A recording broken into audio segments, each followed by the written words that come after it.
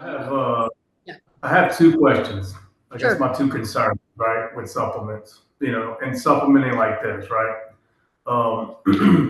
In our market, right, we don't travel, we don't go out of state. We hope to not. We've been, I guess, knock on wood, fortunate enough that hurricanes and hailstorms and other things seem to happen every year. We get a new date and we kind of work them, right? Yeah. And you've been in sales, you've been doing this a long time, so I know you're gonna understand what I'm saying is we deal with a lot of local adjusters like Safeco, Liberty Mutual and stuff that we have relationships with, right? They know us. Yeah. And they say, well, look, this is not legitimate damage. But it could pass, and we're gonna buy the roof, right? Yeah. But don't send these outrageous, crazy supplements, or I'm not going to do this anymore, right? I'm not going to buy these roofs that are subjective, right? So do we cut our nose off to spite our face, or how do you go about that? With the local ones, yeah. So here's the You thing. know? First of all, they can't do that. They can say that all they want. Who are they punishing when they do that? The Right. policyholder. So, And you're not asking for anything that they don't actually owe, right? Like Right. it's funny because some people approach this as if we're price gouging or beating up the insurance companies. And when people say Right. that, that's a concern I hear all the time. And I'm like, what do you mean? Well, we're just like beating up on the insurance companies. I say, what do you mean? Well, just asking them to pay for stuff, and I'm like line items that they owe for, like labor and materials. Somehow, somewhere, there's a disconnect where sometimes contractors think we're asking them for like a bouncy house, a live band, and 10 large cheese pizzas through, and like we're somehow getting it in. Like we're saying, hey, this is the project. They're covered for these things. This is part of the project. These are the line items. It's not the supplementing itself that pisses people off, that pisses adjusters off. It's how they supplement.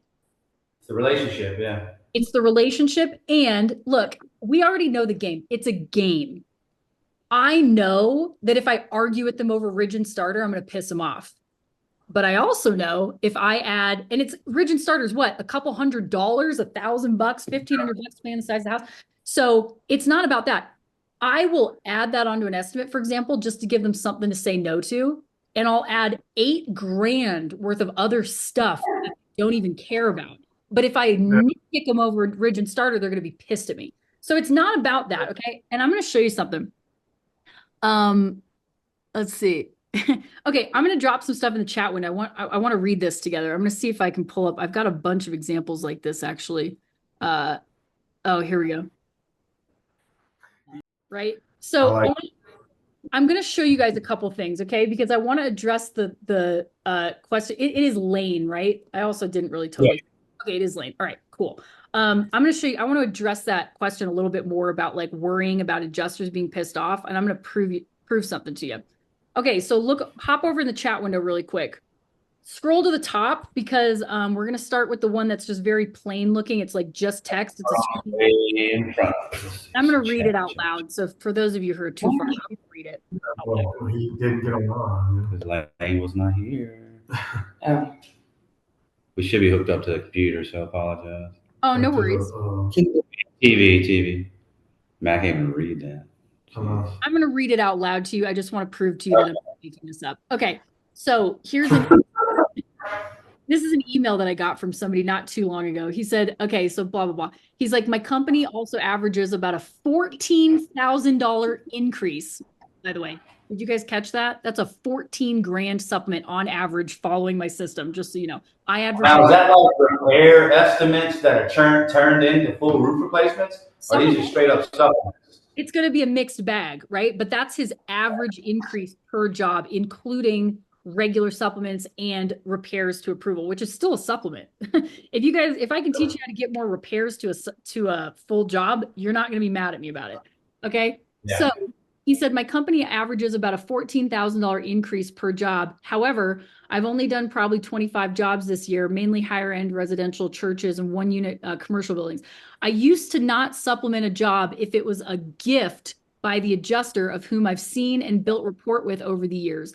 But after seeing one of your videos, I changed. It actually is the exact opposite, and they actually are easier to supplement and work with, but I just stay sharp with documentation because my scope is the actual work that we perform. So again, thank you so much.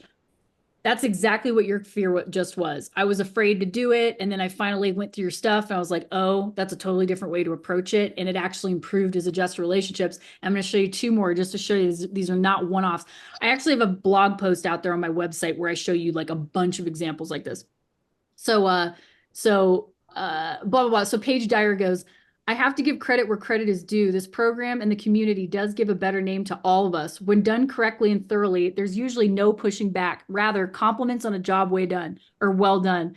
And then Tim said, we added 600 grand to the bottom line last year because we trained our in-house supplementer with this program. We're going to add $1 million this year because the same employee is doing such a good job. We have a reputation in our market for supplementing every single claim to the max. Guess what? It's working. Clients are getting the best roofing system with a lifetime warranty, and nobody else in the market offers this. Man, there's another guy, though. I want to show you. I think it's Jeremy Newman. Hold on, because if I can find this one, I have so much shit on my. Oh, here we go. Here we go. Okay, that's going to come in a second. I'll read that in a second. But here's another one, Lisa. This is a funny story. And actually, Candace, this is going to give you some confidence, okay? So this lady, her boss called me one day. This was years ago. And he goes, hey, I have a lady in my office who's in her upper 50s, and she has been my office manager for a long time. But she basically answers the phone. She does accounting. She keeps me organized. She does emails and answers messages and all that stuff. She doesn't know anything about insurance. She doesn't know anything about supplementing. But I would like to train her to be my in-house supplementer. Do you think your program could do that for somebody from the ground up? And I was like, yes. I was like, most of the time people had some experience, right? I was like, I don't see why not. It's just learning what line items to add and what to say. So she takes my program. She sent me this email. This was her first ever supplement that she sent off. It was to Allstate. And I was like, oh God. Oh my God. I was like, this is going to be a kick in the balls. Like, oh man, I wish it could have been like Chubb or like, USAA or something like that. So it's Allstate. And I'm like, well, we'll just see what happens. She sends this to me. This is a screenshot that the adjuster sent back to her. Lisa, thank you for all the paperwork and information that you provided me with. Everything looks good. You can go ahead and begin the work. I've included the breakdown below. That was a $4,300 supplement paid with absolutely no pushback. And the adjuster said, thanks. This happens all the time. And I'm going to show you one more right below that. So this is Jeremy Newman. He said, so I literally just had an adjuster tell me that I have a reputation for supplementing more than anyone else in this area. When I asked him if that was a good or a bad thing, he said, it depends on which side you're on, obviously, but you're the one that does it correctly and thoroughly enough to actually have most of them approved. Sounds like I'm doing my job for the customers, all thanks to that Roof Sales Mastery course 3 years ago. Thanks, Becca Switzer. And then below that, you can see people commented. Shayla was like, our project manager, Michelle, got a very good compliment today. The desk adjuster said, I wish you did every supplement I deal with. Just another testimonial to the Roof Sales Mastery system. That's good. So I guess what I'm hearing is that it's not so much the supplementing, it's the incorrect documentation and presentation to the adjusters that aggravates them. You don't have this, you don't have that. So when you come at them without the knowledge, they get very angry. Now, just don't do it. Don't send it. And so when you come at them with the correct things, the files and documents that you're saying, that they're so elated by it that they're like, heck yeah, I'll pay for it because you're one of the only ones that knows how to do it, That's what it sounds like, You're exactly right. It's make their job as easy as possible. Make it easy for them to say yes. Okay? Yeah. But most people don't. So it's about conduct, the line items that you ask for, how you ask for it, and what you provide to back up your stuff. And if you make it really easy and the language that you use is just like teamwork approach, it's all good. But most people don't. They fire off an Xactimate, no explanation. It's got all the red flag items like O&P and Ridge Starter and all the stuff that they don't want to say yes to, that their superiors tell them, don't you dare put this on an estimate. And then they're dicks about it.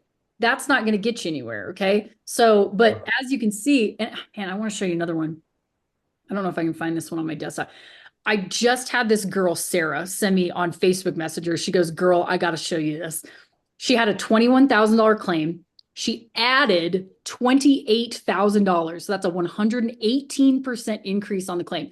She took a screenshot, sent it to me. The adjuster just said, thanks for sending that over. It looks good. Paid it. No questions asked. And she was like, Oh. I cannot believe this. Like, I used to ask for $1,000 of stuff and I'd bang my head against the wall over it. Now I'm asking for 28 grand and they just say thanks. It's because we're doing it really differently. Right.